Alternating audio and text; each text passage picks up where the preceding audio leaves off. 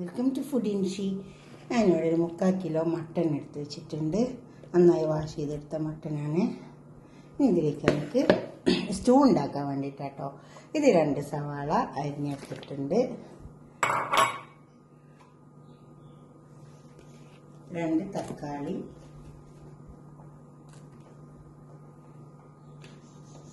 അതുപോലെ തന്നെ കുറച്ച് എരിവുള്ള പച്ചമുളക്. അപ്പം ഞാൻ 5 എണ്ണം എടുത്തിട്ട് പൊടിച്ചെടുത്തിട്ടുണ്ട്.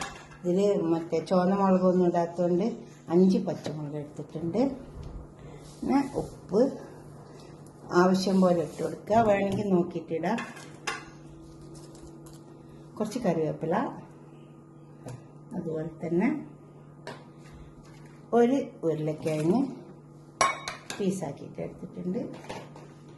പിന്നെ നമ്മളെ സാധാരണ ഇഞ്ചി വെളുത്തുള്ളി അത് കുറച്ച് ജാസ്തി ഇടണം. എപ്പോഴും നമ്മൾ ഇറച്ചി, മീൻ, ചിക്കൻ ഒക്കെ വെക്കുമ്പോൾ ഇഞ്ചിയും വെളുത്തുള്ളിയും കുറച്ച് ജാസ്തി ഇട്ട് കൊടുക്കണം. ഇനി ഇതൊന്ന് നന്നായി കുഴച്ചെടുക്കാം. നമുക്ക് നന്നായി കൈ വെച്ചിട്ട് തന്നെ കുഴച്ചെടുക്കാം.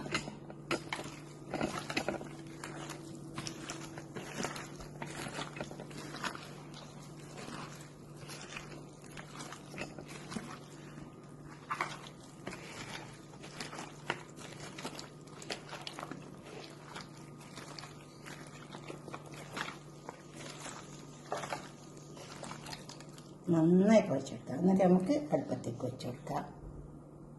കുക്കർ അടുപ്പത്ത് വെച്ചിട്ട് നമ്മൾ കുഴച്ച് വെച്ച മട്ടൻ ഇതിലേക്ക് ഇട്ട് കൊടുക്കാം.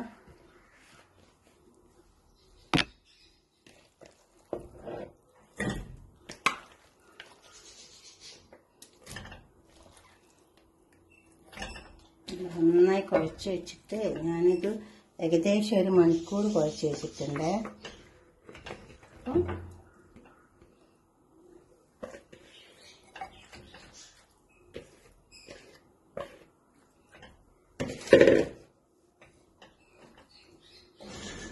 ഉപ്പും എല്ലാം ഇട്ട് നമ്മൾ കുഴച്ചതല്ലേ. കുറച്ച് ഗരം മസാല ഇട്ട് കൊടുക്കാം.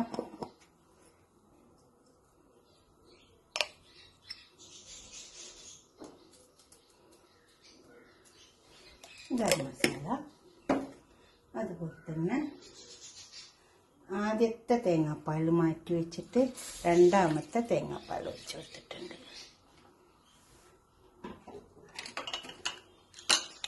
ഇതിന് ക്ലോസ് ചെയ്തെടുക്കാം. വെന്തിട്ട്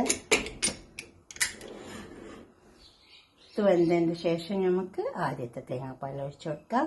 എന്നിട്ട് മൂപ്പിച്ചെടുക്കാം. മട്ടൻ തൂമിച്ചെടുക്കുക. അതിന് ഈ 2 കുറച്ച് ഏലക്കായൻ്റെ അപ്പോൾ ചെറിയൊരു കഷ്ണം പട്ട, കുറച്ച് കറിവേപ്പില,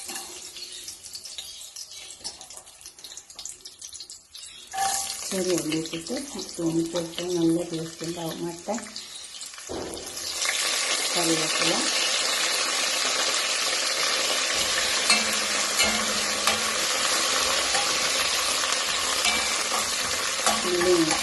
ഉള്ളി നല്ലോണം മൂക്കണം. ചോട്ട് പോയത് മൂത്തളഞ്ഞ് ചെറിയ ഉള്ളി നന്നായി മൂത്ത് വന്നിട്ടുണ്ട്. നമുക്ക് ഈ വേവിപ്പിച്ച മട്ടൺ അതിലേക്ക് ഇട്ട് കൊടുക്കാം.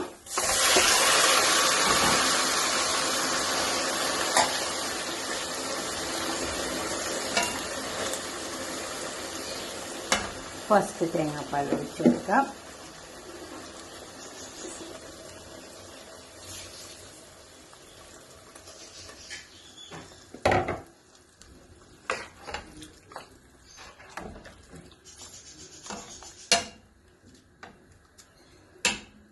ഇനി അധികം തിളക്കേണ്ട ആവശ്യമില്ല. ഇങ്ങനൊരു സ്റ്റൂ ഉണ്ടാക്കി വയ്ക്കുക.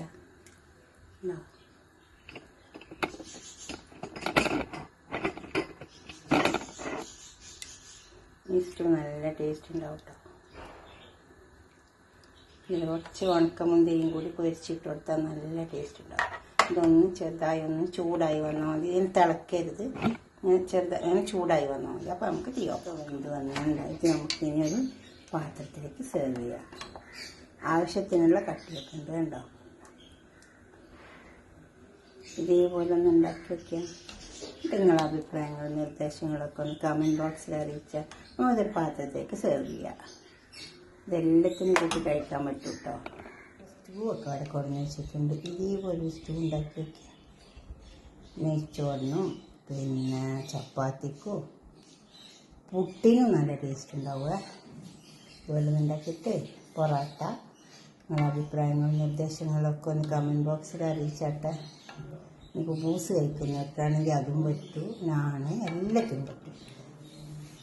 നിങ്ങളുടെ അഭിപ്രായം നിർദ്ദേശമൊക്കെ കമൻറ്റ് ബോക്സിൽ അറിയിക്കുക. ലൈക്ക് ചെയ്യുക, ഷെയർ ചെയ്യുക, സബ്സ്ക്രൈബ് ചെയ്യാത്തതൊക്കെ ചെയ്യുക. ഫേസ്ബുക്കുണ്ട്, നോക്കണേ. ഓക്കെ, അടുത്തൊരു വീഡിയോ ആയിട്ട് നമുക്ക് പിന്നെ കാണാം. ബൈ. തീർച്ചയായിട്ടും ഷെയർ ചെയ്യണം. അതുപോലെ സബ്സ്ക്രൈബ് ചെയ്യാത്തവരൊക്കെ ചെയ്യും വേണം. പിന്നെ സ്കിപ്പ് ചെയ്തിട്ട് കാണരുത്, ഫുള്ള് നോക്കണം. Okay, by.